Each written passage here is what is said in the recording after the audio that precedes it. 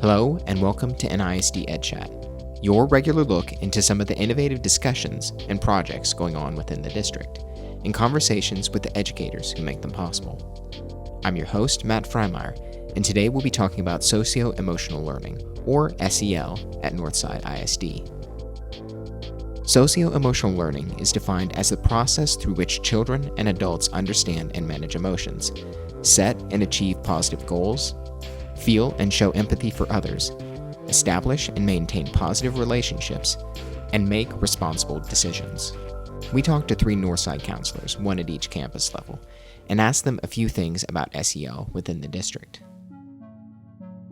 My name is Wendy Gomez, and I'm a middle school counselor at Jefferson Middle School. Hector Beza, currently at Wonky Elementary School. My name is Vanessa Wattis, and I'm a counselor at Brandeis High School. In your words, what is socio-emotional learning, and why is it important? Socio-emotional learning, or SEL, is it's sort of a practice through which kids and adults recognize and manage emotions. They have positive goal sets and they follow through on those goals. They also recognize and they demonstrate empathy towards others, and they create and maintain healthy relationships with others, and they make responsible decisions that will positively impact their lives and their future. And at the same time, make them independent in their thinking, allowing them and giving them the room to make the decisions, but that will also keep them on the path of whatever that they decided to do, however they define success, however they did that to help them through that. And that's extremely important just in society in general. I mean, these are skill sets that need to be developed in all of us, even in adults. Some adults lack in those specific skill sets, and we're wanting to infuse that with kids so that when they become adults, they are more readily able to be, successful in society and be productive in society. In your words, explain self-awareness and social awareness. Self-awareness to me is just paying attention, being aware of yourself and what's going on inside who you are, and also being aware of people around you. Being able to look at the positive that you bring to others, and also being able to be aware of other people's feelings, and being empathetic and being able to show empathy towards others and relationships. In social awareness, it would be the biggest part of that is to empathize, to be aware of your own emotions, be able to identify them, and be able to identify them in another person to make that connection. Are you frustrated versus angry? Are you embarrassed versus feeling shy? And being able to really understand what feeling you're feeling in the moment, and just being able to adequately respond to that as needed. We do a program here on campus called 2 Words, and our 2 words for today are me and we. And it's great to have a good sense of me, but you have to know how it fits into we, because as a community, if me takes over too much, it sets off the balance of the we. How does SEL support the whole child? SEL is a huge component of supporting the whole child, because a whole child, you need to think and look into the health, the safety. Are they engaged? Are they supported? Are they being challenged? And SEL has those components infused in them. Is a child coming to school, and do they feel safe?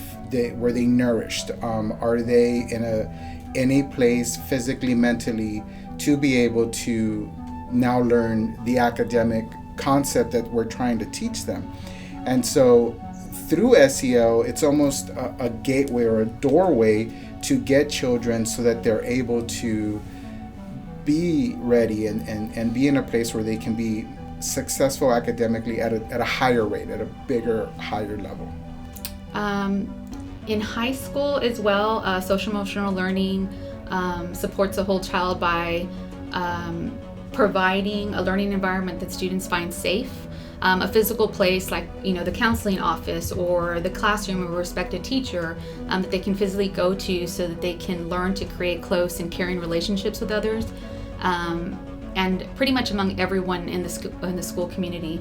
We also challenge students to view themselves in a way that empowers them, both academically, and also kind of teaches them to work well with others and respect others' individualities. So the entire child would be the entire community. It is to be raised by a village. It isn't the child alone. And I guess it depends on your philosophy, but I'm thinking of the one where you change the environment and the child will adapt to be successful in. And I think that when we are all on the same page, because I think it's not just a learning for the child, the social-emotional learning is for all of us. Something new for parents, something new for teachers, something new for a student. Modeling and providing the opportunity to practice the things that we're learning, I think that's very important. How can schools and teachers best incorporate SEL understandings into the response to intervention, or RTI, framework? I think there needs to be a better understanding of the importance of social-emotional learning. So one of the things that is kind of out there that I've heard of, and I think it lends to this very specifically, is you need a Maslow before you can bloom. So you need to be able to meet the need of the child, physically, emotionally, health-wise, challenge. Are they engaged? Are they a part of your school culture before you're able to have them be readily successful with academics? So the RTI process is meant to provide supports so that our kiddos can be academically successful. Well, this is a huge component of that. If we are able to provide what they need on the social-emotional side, on the Maslow side, then it's almost by default they will start to become more academically successful. I think it's important to know the student. Here we have a really good program that allows teachers to view each individual student and to be able to provide feedback towards the student. And it all starts with early intervention. As soon as something is noticed with the student, we all work together as a collaborative team to come together. And there's a process in place where we speak to individual teachers, we sit and have meetings to discuss the student, and then we incorporate certain procedures, whether it's academic resources or counseling resources to help the student grow and develop. How can schools leverage their family and community partnerships to improve SEL for their students? I think that's the biggest part, the hardest part in my opinion. It is going to be keeping them in the loop on all the things that we're providing for the kids here on campus, but educating them as well, welcoming them to our campuses, letting them see, or changing even how we run our systems.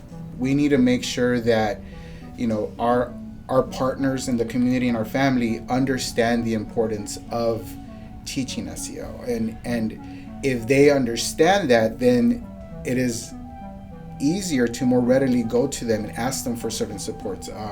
If there's a particular intervention that we need to fund, or if we're wanting to host a parent education and we need certain items at the school to be able to make this feasible, once they have that education piece, once they have the information they need, and there's a clear understanding of the need of SEL, then you can leverage them and say, you understand the importance, this is why we need to do these things, and with your help, we'll be able to do the work that needs to be done. How can educators in schools support students with adverse childhood experiences? For that one, I think the biggest one is understanding the model of being trauma-informed. It's huge. It's a huge perspective and lens to see anyone, a child, adult, anybody, and it becomes when you're helping and assisting, it's not what are you doing, what's wrong with you, it's what's happened to you. What can we do to assist you where you are, but finding out what led to whatever is going on currently that is causing you to not be successful? I think the first step in anybody's journey, even passing through trauma, is that giving them permission to walk away from it. That it doesn't define who they are. Like, even when it happens to kids when they first started their life, that it doesn't have to end that way. And when they have that permission to grow and explore, and like I said, that growth mindset is so important, because it doesn't pigeonhole the child or keep them in that same place forever, or mark them or label them forever that this is what they are. It's so important that we start using that vocabulary of calling the child by their name and not calling them by their program or their disability or their limitation. And so, heading in the direction of being a trauma-informed district, I think would be very beneficial. And that's part of SEL curriculum too, part of being just SEL. Tell us about some of your favorite resources or tools for building SEL competencies within the home and community. We have Competencies. Competencies is a very good resource to for teaching children that there's a variety of feelings, and teaching them kind of to understand the differences and the little nuances. Earlier I mentioned, are you angry or frustrated? They look very similar, and if you don't know that there's a difference between them, then you're going to react the same way to both and not understand the outcomes that are coming out of it. So that's a really good one. Worry Woos, that one's kind of another cute resource. Pretty similar. It's more directed towards social-emotional learning from the standpoint of working through and processing through these characters, as far as how they handle being worried, anxiety, those kinds of things. Well, we for many years have used the 40 developmental assets, and I think there's 20 that are external, 20 that are internal, and it's a small guideline. It was done by the Research Institute, and it's a guideline on what parents should have their kids involved in and fill their time with, and what students should be considering while they're doing that, what they should be building internally, and then what they should be involved in externally. In what way does SEL strengthen students' abilities in core content areas? Well, social-emotional learning is about focusing on the 5 competencies, right? Which is self-awareness, social awareness, responsible decision-making, self-management, and relationship skills. I think once a student has a good grasp on those competencies, they're able to be more successful both in the classroom as a student and also in the future as an adult. I think it allows a student, gives them permission to take a chance to make that leap. And where they land is not wrong. It's where that we will move forward, and they're supported from that point forward. And it makes them, in math, not sit there and stare at the paper and not ask for help. A lot of kids won't do that at risk of being labeled as, I don't know what I'm doing, or ask.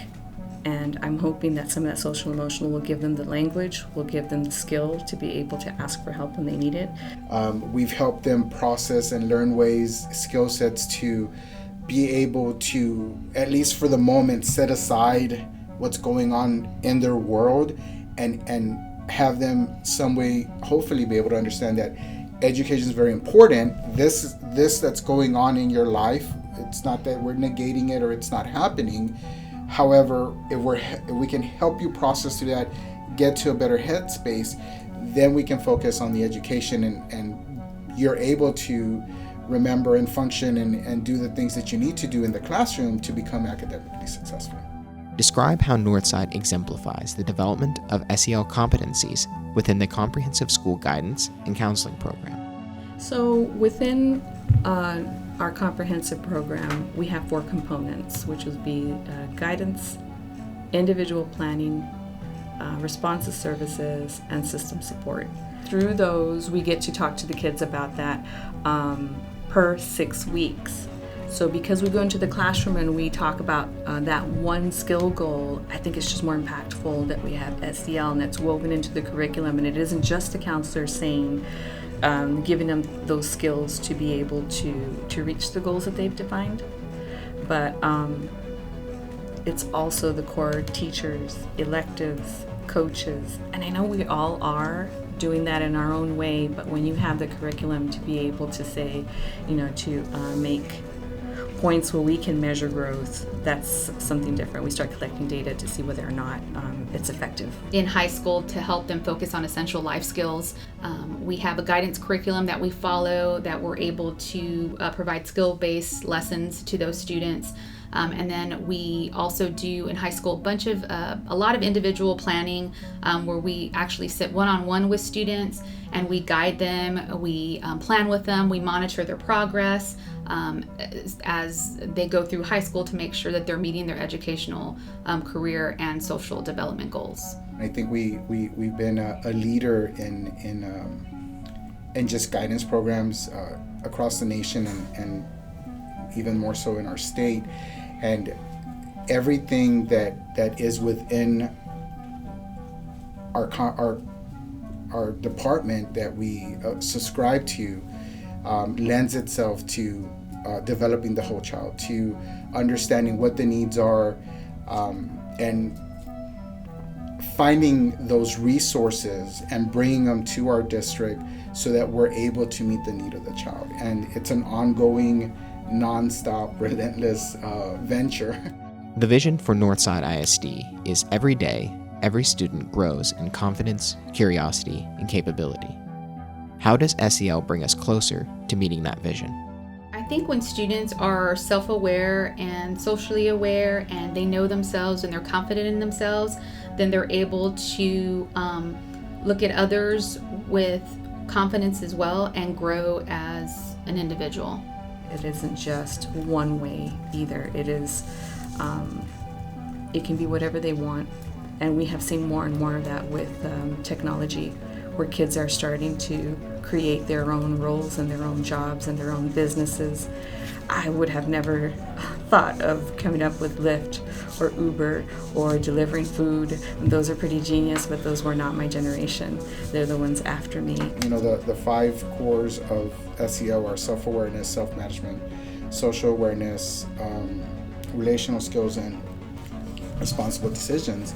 And if we're able to develop that in kiddos, then we're very readily able to fulfill our vision statement or get closer to getting every child to see the vision that we want for them and bring them on board and have them embrace and have that be a part of who they are.